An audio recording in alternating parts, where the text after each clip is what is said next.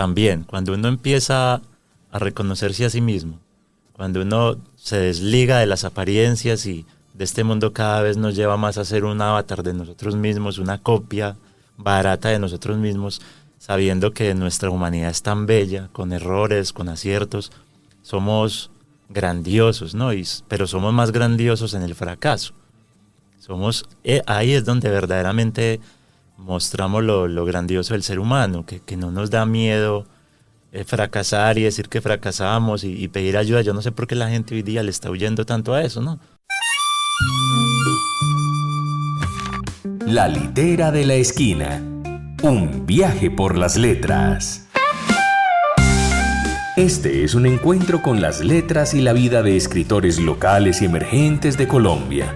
A través de sus voces conoceremos cómo nacen sus obras, cómo crean nuevos universos con su imaginación, plasmando sus memorias, experiencias de vida.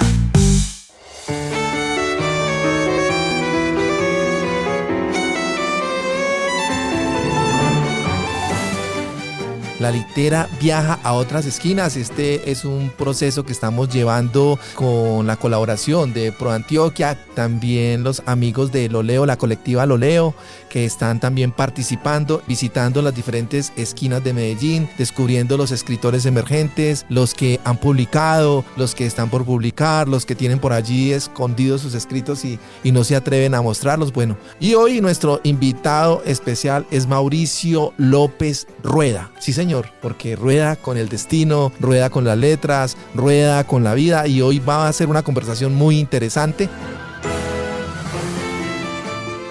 Él es escritor principalmente de crónica, es una persona que le gusta investigar, indagar, que ha publicado ya algunos libros, entre ellos tenemos algunos crónicas que participaron aquí en La Esquina Radio, leídas por él mismo, Crónicas Callejeras, pero también ahora llega con un nuevo libro que se llama La Fiscal y la Bestia, tremenda historia, y que yo creo que nos va a dejar a todos con ganas de adquirir sus libros. Él nos va a contar cómo conseguimos sus libros, pero también nos va a contar acerca de la historia de cómo publica. Y la pregunta que le hacemos aquí a nuestros invitados tiene que ver cómo es que te inspiras a escribir, de dónde salió esa pluma de Mauricio López Rueda. ¿Cómo nacen las letras? Las letras también nacen de leer. Es que leer, cuando yo era muy joven, tendría por ahí 11 años y leí Moby Dick. Esa historia me dio tres vueltas canelas. Yo decía, no, pues, ¿cómo puede este hombre narrar de esa forma? Mantenerlo a uno en esa expectativa de la persecución de esa ballena, de ese simbolismo del ser humano siempre peleando contra imposibles, a veces obcecadamente, ¿no? Como el Capitán Ahab.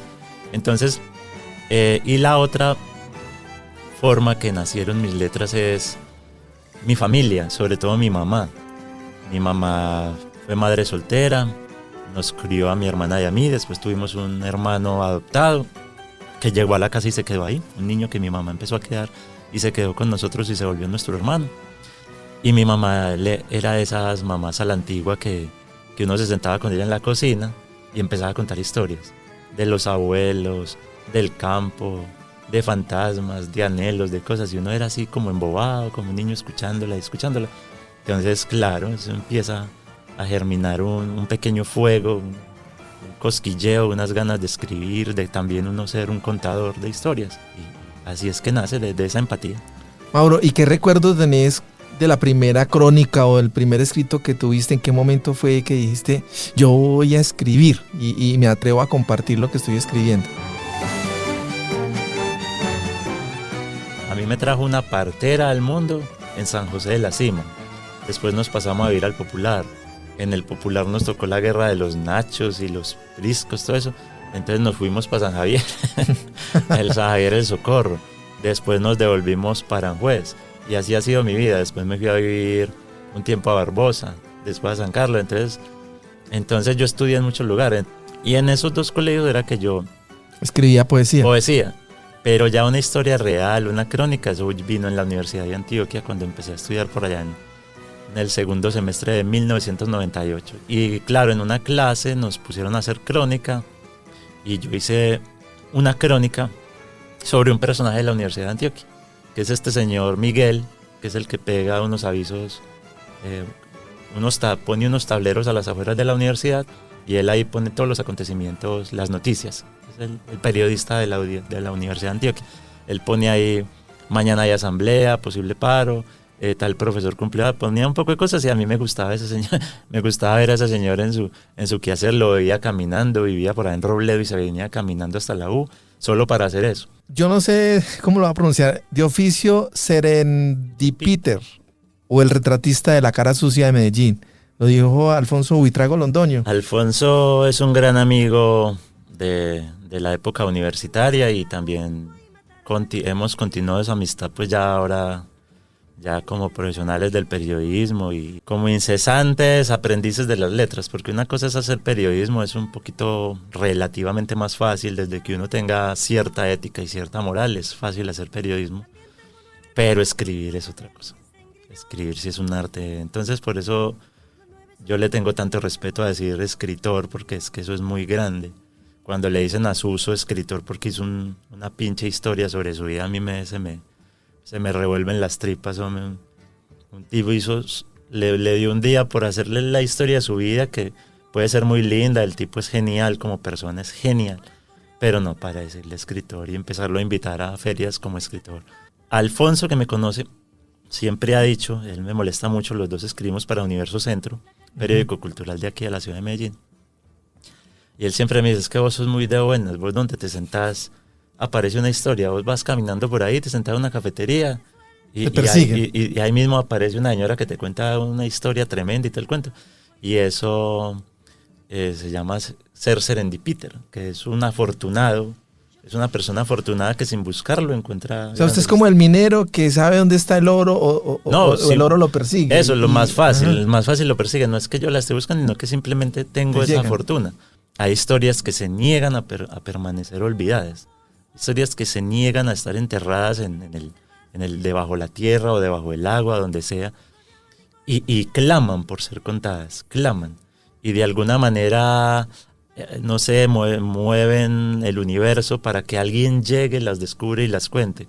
Mira que te cuento que yo estoy actualmente viviendo en San Carlos y un día me invitaron a que conociera una vereda y que queda ahí cerquita de Puerto Nare, en una vereda que se llama La Arabia, entre San Luis y Puerto Nare, que era el corredor de los paracos de terror y los Izaza y toda esa gente que mató tanta gente por ahí. Y cuando una vez sentado me cuentan de una señora que fue asesinada brutalmente con arma blanca por un tipo que simplemente se enamoró de ella y la mató por ser bonita, pero para matarla ella se metió a su casa en medio de un aguacero mientras tronaba en un octubre y la persiguió por toda la vega de una quebrada hasta que la alcanzó y la mató, así porque sí. Y eso no salió en la prensa. Esa historia de algún modo clamó desde las profundidades del olvido y allá llegué yo, que tengo la posibilidad de contarla, y esa historia me encontró a mí. Entonces sí es como un serendipiter, pero yo digo que no es tanto que yo tenga esa fortuna, sino que la historia tiene una fuerza que ella clamaba por ser contada y podía ser yo, podía ser otro que llegara y la descubriera. Y gracias a Dios, porque no deben estar olvidadas. Merece otro destino la historia de esa mujer. Por aquí escriben que en la universidad eras conocido como Sammer, bautizado así en honor al gran defensa alemán Matthias Sammer, Balón de Oro en el 96, a quien se asemejaba en ciertos rasgos de la cara, en el pelo rojizo y particularmente en la prominencia de su quijada rectangular. Sí. Mauricio López Rueda nació con el mentón como un yunque para recibir martillazos y con una voluntad de hierro irredimible para forjar su pluma a punta de golpes. Intentó ejercer el liderazgo entre los estudiantes por medio del deporte, del que ya empezaba a hacerse un conocedor, y por años fue el honorable director técnico de una mediocre selección de futbolistas aspirantes a periodistas.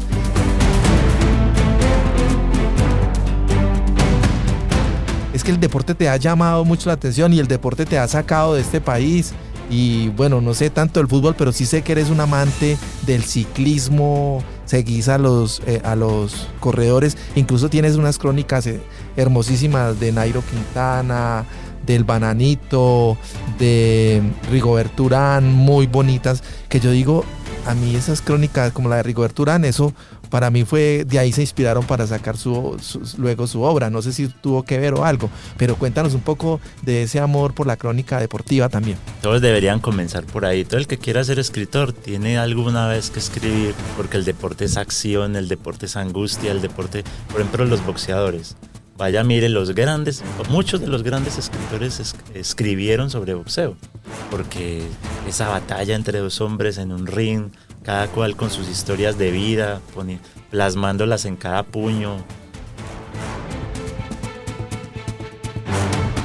El sudor, la caída, volver a levantarse, y eso está en todo el deporte. Un ciclista se cae, rueda por una peña, vuelve y se para.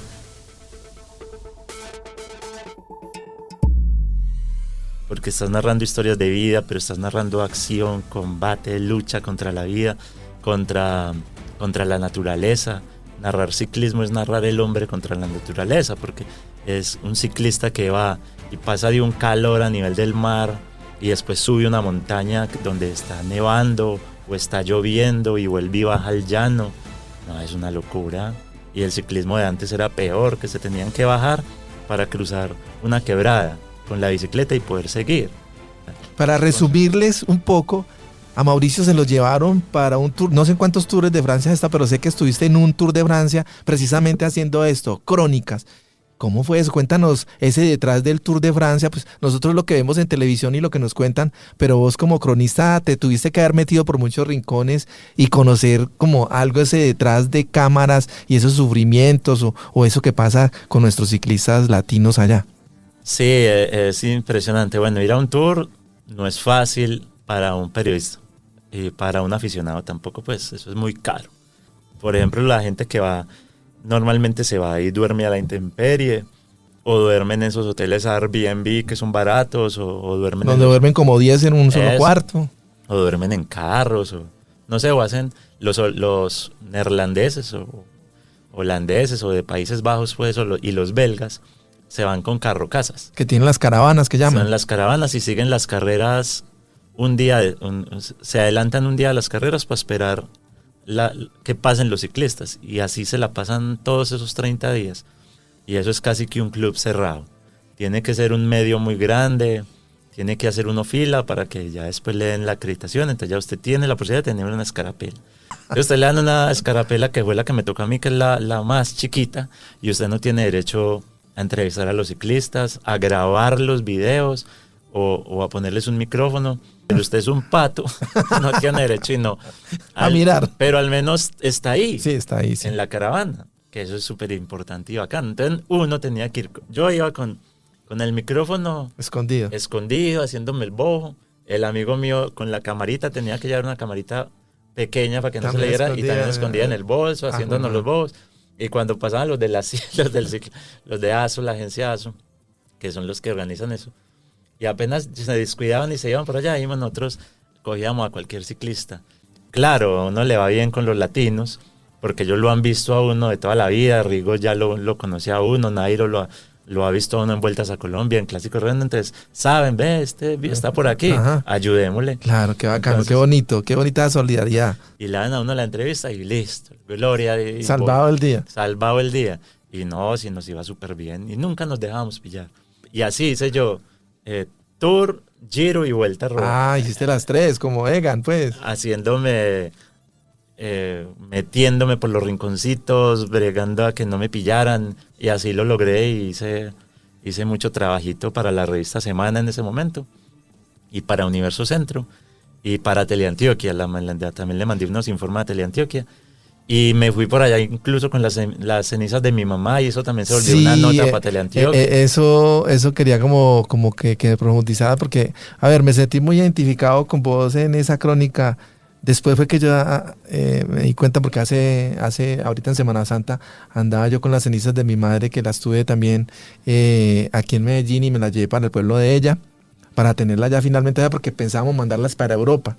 Porque tengo una hermana allá y dijimos, pues mi mamá le encantaba andar el mundo y viajó y todo, tirémoslas al Mediterráneo, pero después algo como que nos dijo no, llevémosla a un lugar donde pueda estar y que pueda ir su familia y todas las hermanas y todo. Entonces me vi en ese viaje de aquí de Medellín al norte del valle y yo las llevaba en mi maleta, iba con las cenizas y me acordaba mucho del cuento de García Márquez de la Santa cuando se fue a Roma porque querían que canonizaran a su hija. El encontrarse uno con historias, me encuentro en Pereira con una mujer a las 3 de la mañana que también iba parecido a un rumbo mío y me empieza a contar su historia de vida y su historia de vida era igual a la de mi madre cuando fue profesora de escuela rural en los años 45, 50 y ella está viviendo esa misma historia en Chaparral, Tolima, siendo profesora rural. Y yo decía, estas coincidencias de la vida tan tremendas, yo no le quise decir que tenía las cenizas de mi madre ahí pues para no asustarla, pero era como si yo viera la historia de mi mamá, me la estuviera presentando en ese momento. Leo tu crónica y veo que hiciste, te llevaste a tu mamá a Europa. ¿Cómo es eso de llevarte en medio del tour de estas carreras las cenizas de tu mamá? Pues es que mi mamá, cuando mi mamá se murió en Semana Santa precisamente, se murió un Jueves Santo, pero se enfermó el Lunes Santo o el Domingo de Ramos, algo así, pero porque se mojó en un aguacero, le dio una neumonía.